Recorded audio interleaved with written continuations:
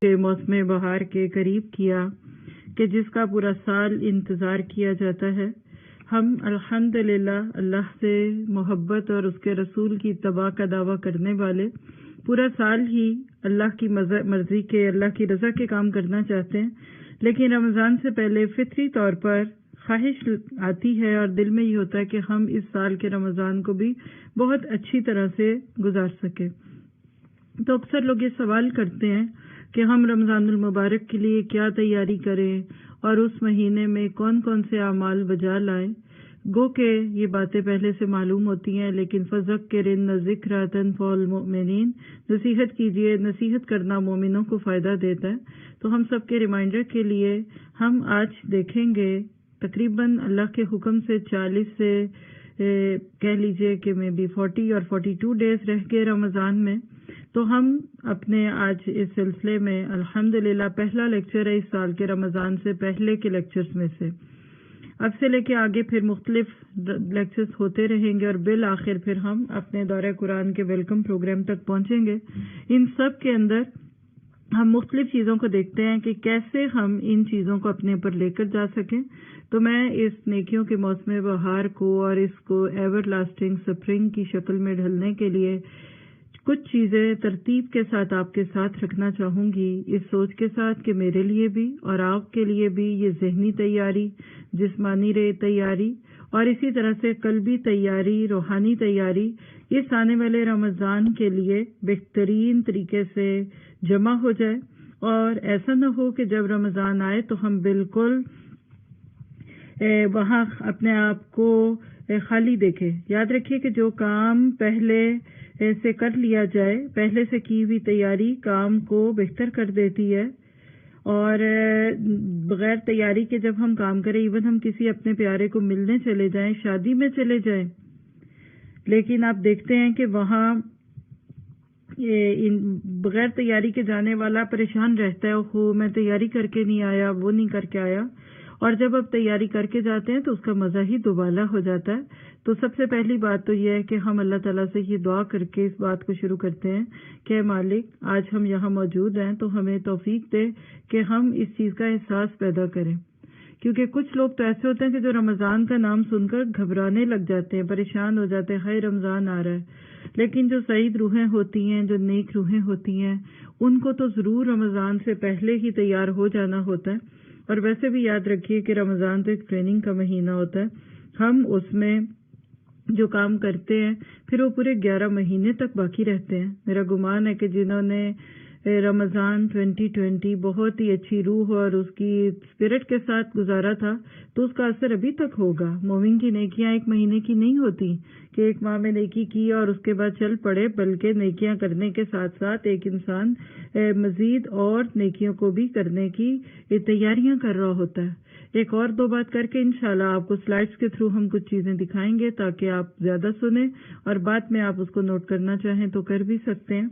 تو پہلی تو بات یہ ہے کہ وَالْعَصْرِ إِنَّ الْإِنسَانَ لَفِي خُسْرٍ إِلَّا الَّذِينَ آمَنُوا وَعَمِلُوا الصَّالِحَاتِ وَتَوَاصَوْا بِالْحَقِّ وَتَوَاصَوْا بِالصَّبْرِ۔ زمانے کی قسم کہ انسان خسارے میں ہے، مگر وہ لوگ جنہوں نے ایمان لا کر اچھے عمل بھی کیے اور اس کے بعد پھر ایک دوسرے کو حق بات کی نصیحت بھی کی، اور پھر اس کے اوپر حق بات کی نصیحت کے ساتھ جو اس راستے میں مشکلات آئیں اس پہ صبر بھی کیا۔ تو یہ مومن کی زندگی تواصی بالحق کی زندگی بھی ہے۔ سب سے پہلے قوا انفسکم واہلیکم نارا، سب سے پہلے اپنی جان کو اور پھر اس کے بعد اپنے گھر والوں کو آگ سے بچانا، یہ ہماری زندگی کا ایک پکا سچا گول ہوتا ہے اور ہونا بھی چاہیے۔ ہم سب اس رمضان کو جو کہ آنے والا ہے، اللہ کے نبی صلی اللہ علیہ وسلم ہی کی اس حدیث کے مطابق کہ رمضان الی رمضان، ایک رمضان اگلے رمضان تک گناہوں کا کفارہ ہوتا ہے۔ تو ہم اللہ تعالیٰ سے یہ دعا کریں گے کہ اللہ جو بھی ہم سے پچھلے رمضان میں نیکیاں ہوئیں اور اس کے بعد سے آج تک بلکہ اگلے اب آنے والے رمضان تک جو چیزیں آئیں گی ان کے بیچ کے سارے معاملات کو تو بہترین طریقے سے ہمارے سامنے پیش کر، اور ہم اس میں جہاں کمی پہ آگے، جہاں ہمارا شوق کم ہو گیا اس کو دور کر دے۔ تو یہ دیکھتے ہیں رمضان تک کرنے کے کام، اور رمضان تک کرنے کے کاموں میں نیکیوں کے مواقع۔ ہم نیکیاں کیسے کر سکتے ہیں؟ نیکیوں کے مواقع حاصل کرنے کے لیے کون سے اعمال کرنا افضل ہے؟ یہ ہمارا ایک بہت بڑا گول ہونا چاہیے۔ جیسے لوگ دولت کماتے ہیں ویسے بندے کو نیکی کمانے کی فکر کرنی چاہیے۔ اللہ کے نبی نے کیا فرمایا کہ نیکی کے کسی موقع کو بھی ہلکا نہ جانو، چاہے تمہارا کسی اپنے مسلمان بھائی کو دیکھ کر مسکرانا ہی کیوں نہ ہو۔ کسی کو مسکرا کر دیکھ دینا بھی جس دین میں صدقہ ہو جائے، بتائیے پھر اس کے اندر نیکیاں کیوں چھوٹی ہوں گی، بڑی ہوں گی۔ فرمایا اپنی بیوی کے منہ میں کھانے کا لقمہ جو تم ڈال دو اس کو بھی ہلکا نہ کرو۔ اور یہ بھی یاد رکھیے کہ پیسہ نہیں دعائیں کمانی ہے۔ ہم کب اپنے حصے کی دوڑ دھوپ کرتے ہیں، ہم جو کچھ کرتے ہیں ہمیں نہیں پتا ہمارا کون سا آخری لقمہ ہوگا، ہمارا کون سا آخری قدم ہوگا جو ہم چلیں گے۔ ہمیں نہیں پتا کہ ہم کب آخری بات کریں گے، کب ہم آخری بات سنیں گے۔ ہم سب اس دنیا میں اپنے اپنے وقت پر آ کر جانے والے لوگوں میں کھڑے ہیں۔ ہم اس کیو میں کھڑے ہیں کہ جس کے بعد نیکسٹ ہوتے ہوئے ہمارا نمبر آ جائے گا۔ ہمارا ہر سانس، ہمارا ہر لقمہ، ہمارا ہر گھونٹ، ہماری ہر بات، ہمارا آخری دفعہ کا پہنا ہوا جوڑا، ہم کب آخری بار کنگھی کرتے، کب سجتے سنورتے، کسی کو نہیں پتا کب آ جائے۔ جب بھی کر رہے ہوتے یہی سوچ کے کیا کریں کہ یہ آپ کا آخری عمل ہے۔ جب بھی کوئی چلا جاتا ہے تو ہم سب کہتے ہیں آخری دفعہ جب میں اس سے ملا یا میں ان سے ملی تو انہوں نے یہ کہا، وہ ایسے تھے۔ بعض لوگ لفظ مرحوم بھی استعمال کرنے لگتے ہیں، انہوں نے یہ کہا، وہ کر رہے تھے۔ اور کوئی بری بات ہو تو انسان اس کی تلخی بھی محسوس کرتا ہے۔ کب آپ کا میرا آخری گھونٹ صبر کا ہوگا، کب شکر کا ہوگا، کب آخری سلام کسی کو کریں گے، کسی کو گھوریں گے، ہمیں نہیں پتا۔ تو لہٰذا آج کے بعد نیکیوں کے مواقع کو ضائع نہیں کرنا۔ چھوٹا نہیں ہوتا، نیکی کبھی بھی چھوٹی نہیں ہوئی، ہر نیکی اپنی جگہ پہ بڑی ہی ہوتی ہے، اگر شرط ہے کہ اس کو ہم اللہ کے اوپر نظریں رکھتے ہوئے اور اس کو کرنے لگیں۔ تو انشاءاللہ ہم نے اب سے لے کر آگے نیکیوں کے ہر موقع کو ڈھونڈنا ہے۔ اس کے لیے ہم بہت اچھی تیاری بھی کر سکتے ہیں، بہترین طریقے سے اس کو ہم لیں گے۔ تو کس طرح سے لیں گے کہ ابھی سے لسٹ بنائیے کہ میں نے اس سال کے رمضان سے پہلے اپنے آپ کو ہر اس نیکی کے لیے تیار کر دینا ہے جو نیکی میں کر سکتی ہوں۔ آپ دیکھیے کہ ہم بہت ساری پلاننگ کرتے ہیں کبھی کبھی اور ہوتا کچھ نہیں۔ مثلا کوئی کہتا ہے میں 4 قرآن پڑھوں گا، پر کب پڑھوں گا، کیسے پڑھوں گا؟ تو نوٹ کیجئے گا کہ جب آپ نیکیوں کے مواقع کی بات کریں تو پھر اس وقت ساتھ سیٹ کیجئے، فجر کے بعد اتنا پڑھوں گی، شام کے بعد اتنا پڑھوں گی، ظہر کے بعد اتنا ہوگا، سونے کے وقت، جانے کے وقت۔ یعنی نیکیوں کے مواقع کو ڈھونڈنا بھی ہے، اور نیکیاں کرنی کیسے ہے اس کو لکھ کر رکھیے، اپنے پلانرز بنائیے۔ آج سے اپنے بچوں کے ساتھ، اپنے فیملی میں، اپنے گھر والوں کے ساتھ پلان کیجئے۔ کوئی شادی ہونے والی ہوتی ہے تو ہم 6 ماہ پہلے اس کی تیاریاں ڈسکس کرتے ہیں، کہیں سفر پہ جانا ہوتا ہے تو بھی ہماری یہی کیفیت ہوتی ہے۔ تو آج سے اپنے گھر میں، یعنی آج سے مراد یہ کہ جب بھی آپ کو موقع مل جائے تو گھر میں نیکیوں کی باتیں کرنا شروع ہو جائیں، تیاریاں شروع کر دیں، ماحول بنا دیجئے، اپنے آپ کو اس طرح سے ڈھالیے کہ جس کے بعد آپ کو لگے، کیونکہ جب تک آپ کوئی چیز گول نہیں بنائیں گے وہ کام نہیں ہوگا۔ جب ہمارا کوئی بڑا گول ہوتا ہے تو بڑا رول ہوتا ہے، بگ گول بگ رول۔ جو گولز ہوتے ہیں وہی ہمارے کل رولز بنتے ہیں۔ آج چھوٹے سے مقصد کے ساتھ جی رہے ہیں تو بس اپنے ہی خوشیوں غموں میں جیتے ہیں، لیکن جب ہم ایک بڑے گول کے ساتھ جیئیں گے تو ہماری زندگی بالکل ایک مختلف زندگی ہو جاتی ہے، اور وہ بہترین طریقے سے پھر اللہ تعالیٰ اس کو قبولیت والی زندگی بھی بنا دیتا ہے۔ پھر اسی طرح سے یاد رکھیے کہ نیکی کیا کرنی ہے، کب کرنی ہے، کیسے کرنی ہے، اس کے ساتھ یہ بھی لازمی ہے کہ وہ قبول بھی ہو۔ حضرت ابراہیم علیہ السلام اور حضرت اسماعیل نے اتنا پیارا کام کیا، اللہ نے ان سے اپنا گھر بنوا لیا۔ یہ اعزاز ہر ایک کو نہیں ملتا، لیکن اس کے باوجود آپ دیکھتے ہیں کہ ربنا تقبل منا انک انت السمیع العلیم وتب علینا انک انت التواب الرحیم۔ تو نیکیوں کے مواقع بھی ڈھونڈنے ہیں، اور کیسے کرنی ہے، اور قبولیت بھی چاہنی ہے۔ اور قبولیت کی شرائط سبھی کو معلوم ہے، نہیں بھی معلوم تو ایک دفعہ پڑھ لینی چاہیے۔ اپنے مطالعے میں یا اپنے سننے میں کوئی لیکچر ایسا رکھیے کہ ہماری نیکیاں کب قبول ہوتی ہے۔ اور قرآن کہتے ہیں انما یتقبل اللہ من المتقین۔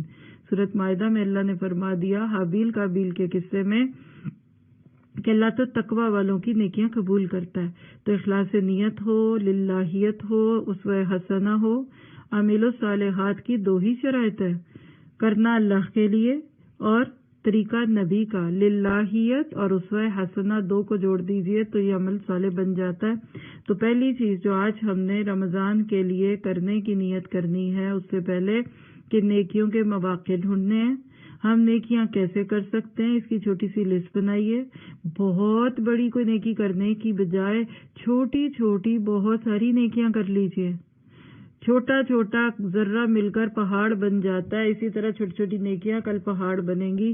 کبھی کبھی ہم بڑی نیکی کے موقع کو ڈھونڈتے ڈھونڈتے چھوٹی نہیں کرتے، حرم میں جا کے نماز پڑھنے کے غم میں گلی کی مسجد میں نہیں پڑھتے، مسجد میں نہ جا سکیں کسی وجہ سے تو گھر میں نہیں پڑھتے، گھر میں جماعت کر سکتے ہیں تو بھی نہیں کرتے، اکیلے میں پڑھتے ہیں۔ تو قریب کی نیکی لیجئے، اللہ آپ کو دور کی نیکی بھی دے دے گا۔ چھوٹی چھوٹی نیکیاں کرتے چاہیے، اللہ آپ کو بڑی دے گا، یہ اللہ کی سنت ہے۔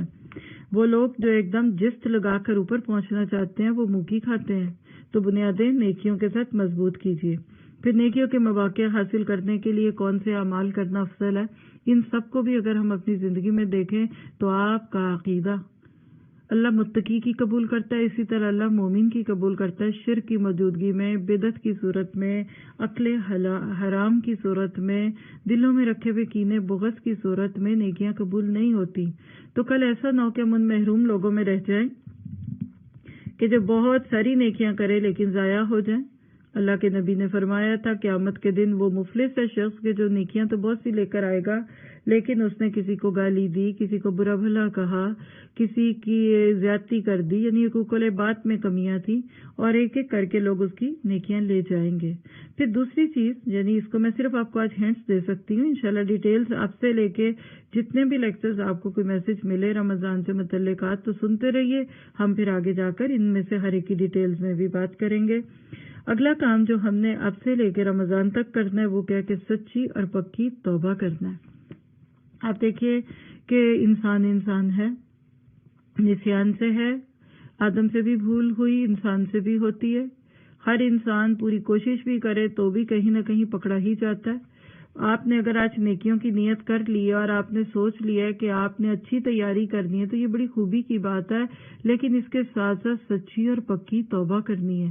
ہر وقت توبہ استغفار کرنا واجب ہے، اس لیے کہ یہ وہ مہینہ آ رہا ہے ہمارے آپ کے پاس کہ جس میں اللہ تعالیٰ بندے کو معاف بھی کرتے ہیں، اور اس مہینے میں داخل ہونے سے پہلے ہم اپنے کچھ ایسے گناہوں کو ذہن میں رکھیں جو صرف ہمیں ہی پتہ ہوں گے۔ تو جو گناہ ہوتے ہیں نا یہ انسان کو نیکیوں تک نہیں پہنچنے دیتے، یہ ایک ہنڈر بن جاتے ہیں، ایک ریسٹرکشن بن جاتے ہیں۔ تو پکی سچی توبہ سے کیا مراد ہے کہ ہر وقت توبہ استغفار بھی کرنی ہے، شعور کے ساتھ اللہ سے کہیے کہ اللہ میرا کوئی ایسا گناہ نہ بیچ میں آ جائے کہ میں اس رمضان سے پہلے ہی کسی ایسی چیز میں چلی جاؤں، ایسی چیز میں پھنس جاؤں کہ جو مجھے تیری نظروں میں گناہگار کر چکی ہو۔ ابن عمر رضی اللہ عنہ سے روایت ہے، اللہ کے نبی صلی اللہ علیہ وسلم نے فرمایا، اے لوگو اللہ کی طرف توبہ کرو، میں تو دن میں 100 بار توبہ کرتا ہوں۔ یہ صحیح مسلم کی روایت ہے 2702 نمبر کی، ذرا سے اس حدیث پہ غور کیجیے۔ اللہ کے نبی صلی اللہ علیہ وسلم کی یہ کیفیت ہے تو آپ کی میری کیا ہونی چاہیے؟ کیا ہم واقعی اللہ سے معافی مانگتے ہیں؟ آپ تو گناہوں سے پاک تھے، اللہ نے تو آپ کو کہہ دیا تھا لیغفر لک اللہ من ذنبی، اللہ نے تو آپ کے اگلے پچھلے گناہ معاف کر دیے۔ آپ کو اللہ سبحانہ تعالیٰ نے کیسے ہر چیز سے پاک کر دیا تھا، لیکن اس کے جی آپ کو آواز آ رہی ہے؟ مجھے لگتا ہے کہ اب آواز جی ٹھیک الحمدللہ جی۔ تو اللہ کے نبی صلی اللہ علیہ وسلم جب دن میں 100 بار توبہ کرتے تھے تو پھر آپ کے میرے لیے تو اس کی کوئی گنجائش ہی نہیں ہے۔ ہم تو وہ جو نیکیاں کرتے ہیں اس پہ بھی توبہ کی ضرورت ہے، ہماری تو توبہ پہ بھی توبہ کرنے کی ضرورت ہے۔ جب تک انسان خود کو توبہ کے قابل نہیں سمجھتا یا اپنے آپ کو گناہ گار نہیں سمجھتا تب تک وہ معاملہ سچا نہیں ہوتا۔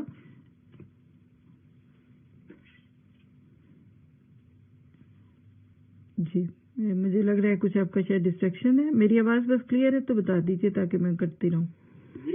آپ ٹھیک ہے جی۔ تو توبہ استغفار کے لیے لازم ہے کہ انسان کے اندر یہ روح ہو کہ میں گناہوں میں لپٹا ہوا ہوں۔ آپ دیکھیے گناہوں کی مختلف اقسام ہوتی ہیں نا، کچھ قسمیں ایسی ہیں جن کا اللہ تعالیٰ کے ساتھ تعلق ہے، وہ حقوق اللہ کہلاتی ہیں. آف کورس اس کے اندر شرک اور کفر اور بدعات تو بہت کبائر ہے. پھر اس کے بعد آپ دیکھیے نماز چھوڑنا یا نمازیں پچھلی جو چھٹی ہیں ان کے بارے میں آپ کا کیا گمان ہے. پھر اسی طرح حقوق العباد ہوتے ہیں. تو جب بھی یہ مہینہ شروع ہو سارے پچھلے حساب صاف کیجیے، صحیح اور شرع صدر کے ساتھ اطاعت اور فرما برداری کے اعمال میں مشغول ہو جائیے، پھر آپ مطمئن ہوں گے. پیچھے کچھ کام رکھا ہو تو اگلا کام بھی اچھا نہیں ہوتا. اور اللہ سبحانہ تعالیٰ تو سورۃ نور میں فرماتے ہیں آیت نمبر 31 میں وَتُوبُوا إِلَى اللَّهِ جَمِيعًا أَيُّهَا الْمُؤْمِنُونَ لَعَلَّكُمْ تُفْلِحُونَ. اور اے مومنو تم سب کے سب اللہ کی طرف توبہ کرو تاکہ تم کامیابی حاصل کرو. اب دیکھیے کہ یہ آیت ہمیں کیا بتاتی ہے کہ کامیابیوں کے لیے توبہ کی شرط ہے. افسوس کے ساتھ کہنا پڑتا ہے کہ آج کے دور میں کچھ ترجیحات بدلتی جا رہی ہیں. ایک وہ وقت تھا کہ انسان کو غلط کام کرتا تھا تو دل میں گلٹ آتا تھا کہ ہاں میں یہ غلط کام کر رہا ہوں، یہ ٹھیک کام نہیں ہے، مجھے ایسا نہیں کرنا. اچھا توبہ کریں، اچھا دعا کریں، اچھا میرے لیے کریں ایسے. آج تو یہ حالات آنے لگ گئے اللہ ماشاء اللہ کچھ لوگوں میں وہ مانتے ہی نہیں کہ یہ گناہ ہے. وہ کہتے ہیں نہیں مانیے کہ یہ کوئی گناہ نہیں. جی یہ آج کے دور میں ایسے ہی ہوگا. جی باہر کے ملک میں رہتے ہیں تو ایسے ہی رہنا پڑے گا. تو آپ یاد رکھیے کہ آپ اور میں کسی ملک کا لا نہیں بدل سکتے. تو اللہ تعالیٰ کے قوانین جو ہو چکے اس کو آپ نے میں نے نہیں بدلنا، نہ بدل سکتے ہیں. تو چھوٹے بڑے گناہوں کا سوچیے. اور اس پہ بہت ساری دعائیں سکھائی جا رہی ہیں آج کل جتنے لائیو سیشنز ہوتے ہیں الحمدللہ، جس میں اس وقت سب سے زیادہ اللہ کی توفیق سے جس سے سب سے زیادہ فائدہ اٹھایا جا سکتا ہے والاسماء الحسنی سیریز چل رہی ہے. ہر نام کے ساتھ کچھ دعائیں ہیں اور توبہ اور استغفار کی دعائیں جو ہیں وہ ہم سب کے لیے بہت ہی یعنی موٹیویشن دیتی ہیں. تو کوشش کیجئے کچھ دعائیں یاد کیجئے، لیکن دعاؤں کو پہاڑوں کی طرح نہیں پڑھنا کہ بس پڑھتے جا رہے ہیں رب اغفر لی ورحمنی، کچھ بھی نہیں پتا کیا ہوا. تو آپ انشاءاللہ ایک ایک کر کے یاد کریں. آج کل اتنی سہولتیں ہیں کہ آپ کو دعاؤں کی استغفار کی الگ دعائیں مل رہی ہیں، بہت کچھ ہے، قرآن پاک میں بھی ہیں. تو آپ ایک ایک دعا کر کے ایسے ہی یاد کیجئے. اپنا گول بنائیے کہ میں نے اب سے رمضان تک دعائیں یاد کرنی ہے. یاد کرنے میں کبھی کبھی خشوع نہیں ہوتا، لیکن آپ دیکھیں گے کہ جب وہ معنی اور مفہوم کے ساتھ یاد ہو جائیں گی نا تو پھر اس کے بعد جب آپ مانگیں گے تو دل سے مانگیں گے. کتاب کھول کے دعا مانگنے میں وہ مزہ نہیں آتا، آپ کے دل کی پکار نہیں ہوتی. یہ ایسی ہے کہ جیسے میں اس وقت آپ کو بولنے کی بجائے کچھ پڑھ کے سنا دوں تو آپ کی توجہ نہیں رہے گی نا اس میں. تو بالکل اسی طرح سے سچی پکی توبہ کی دعائیں، اور جتنا زیادہ اپنے آپ کو پاک کرتے جائیں گے. اور یاد رکھیے توبہ کیا ہے، یہ کلینزنگ ہے. آج ہم اپنے کپڑوں کو دھوتے، کھانے کھاتے پیتے، برتن دھوتے، چہرے کو کلین کیا جاتا. توبہ جو ہے یہ آپ کے نامہ اعمال کو بہترین طریقے سے آپ کو پاک کرتی ہے. آپ دیکھیے کہ بندے کے اوپر ایک گلٹ ہوتا ہے. کبھی آپ نے محسوس کیا بہت گرمی ہے، پسینہ ہے، باہر جاتے ہیں، جب آپ شاور لیتے ہیں تو ایک دم صاف ستھرے پن کا احساس ہوتا ہے، خشوع آتا ہے، کنگھی کرتے ہیں، عبادت میں بھی دل لگتا ہے. گناہ کا ایک اثر کیا ہے کہ یہ ہمارے اندر کسل مندی ڈالتا ہے. پھر بندہ کیا کہتا ہے اب گندے تو ہو گئے. مثال دیتی ہوں سسٹرز کو کہ آپ کچن میں کام کر رہی ہیں تو ایک کام کیا، پسینہ آیا، تھوڑا اوپر کچھ گر بھی گیا، آپ کہتے چلو کوئی بات نہیں، اب کپڑے گندے ہو گئے ہیں نا تو اب میں کچھ اور کام بھی کر لوں. جتنا زیادہ آپ وہ اپنے آپ کو میلا فیل کرتے ہیں آپ کہتے ہیں اچھا چلو پھر اب صفائی بھی کر لو، اچھا اب یہ بھی دھو لو، اب وہ بھی دھو لو، کیونکہ آپ بہت زیادہ وہ کر چکے نا. تو جتنا زیادہ کپڑے گندے ہوتے ہیں اتنا بندے کو اپنے آپ کی کیئر کم ہو جاتی ہے. اسی طرح گناہ گار، آپ دیکھیں کہ لوگ عموماً ایسے لوگوں سے نفرت کرتے ہیں، ان کو برا بھلا کہتے ہیں یا اپنے آپ کو بہت ہی نیک سمجھتے ہیں. تو یہ نہ کیجیے. اللہ سبحانہ تعالیٰ کس کو کہاں لے جائے، کس کے ساتھ کیا معاملہ ہے میں آپ نہیں جانتے. تو کبھی گناہ گار سے نفرت نہیں کرنی. ہاں اپنے بھی گناہوں کے گلٹ میں کبھی کبھی ایسا ہوتا ہے کہ ہمیں ڈپریشن یا سٹریس، انگزائٹی اور کسل مندی کی کیفیات آتی ہیں. بس اس وقت کچھ ایسا معاملہ کر لیجئے کہ جس کے بعد آپ اپنے آپ کو بہترین طریقے سے ریفریش محسوس کریں گے. اور یاد رکھیے اللہ بہت بخشنے والا ہے. الذین اسرفوا علی انفسہم، اللہ نے ایمان والوں کو نہیں بلکہ اپنے گناہ گاروں کو کہہ کہ الذین اسرفوا لا تقنطوا من رحمت اللہ. تو انشاءاللہ تعالیٰ جب ہم گول بنائیں گے اور پورے یقین سے آپ کا اللہ تعالیٰ آپ کے ساتھ ہے، وہ آپ کے گناہوں کو معاف کرے گا. پھر اس کے بعد اگلی چیز جو آپ اپنی اس لسٹ میں ڈال دیجئے وہ ہے دعا کرنا. بعض سلف کے بارے میں آتا ہے کہ وہ 6 ماہ تک یہ دعا کرتے تھے کہ اللہ ہمیں رمضان تک پہنچا دے، اور پھر وہ رمضان کے بعد 5 مہینے تک یہ دعا کرتے رہتے کہ اللہ ہمارے رمضان کے روزے قبول اور منظور فرما۔ ہر مسلمان کو چاہیے کہ وہ اپنے پروردگار سے دعا کرتا رہے کہ اللہ تعالیٰ اسے رمضان آنے تک جسمانی اور دینی طور پر صحیح رکھے، اور یہ دعا بھی کیا کریں کہ اللہ اپنی اطاعت کے کاموں میں میری معاونت فرما، میرے عمل کو قبول فرما اور منظور فرما۔ تو دعائیں کثرت سے کرنا، دعائیں سیکھنا، دعائیں لینا، دعائیں دینا، یہ مومن کا معاملہ ہوتا ہے۔ آپ کا میرا ایک دن، آپ دیکھیے ایک ایک دن قیمتی ہے نا، اور یہاں آج اللہ کا شکر ادا کیجئے کہ اس سال میں کتنے لوگ کرونا وائرس کے نام پر اور کچھ اور جراثیموں کے نام پر سامنے آئے کہ ان کا انتقال ہوا۔ یہ تو ہمیں نہیں پتا کہ کتنے حادثات میں مرے اور کتنے اور بیماریوں میں مرتے ہیں، لیکن صرف بات سمجھانے کے لیے کہہ رہی ہوں کہ یہ پورا سال ایک قسم کا ان لوگوں کے اوپر خوف کا سال گزرا کہ کس طرح سے لوگ مر رہے ہیں، یہ کرے، بہت ساری مطلب لوگوں کو دی گئی پریونشنز دی گئی، لیکن آپ آج بھی زندہ ہیں۔ بولیے الحمدللہ، اللہ تو نے مجھے اتنی بیماریوں میں سے نکال دیا، اتنے لوگوں کے اوپر خوف مسلط ہے، میں زندہ ہوں، تو اب مجھے رمضان تک زندہ رکھ، اور مجھے اس رمضان میں بہترین نیکیاں کرنے کی توفیق دے۔ اور اس کے لیے آپ کا ابھی سے تڑپنا، ذہنی طور پہ، جسمانی طور پہ خود کو دعا بنا لیجئے۔ اور دعا کیا ہے؟ ایک بندے کی اللہ تعالیٰ کے ساتھ عاجزی کا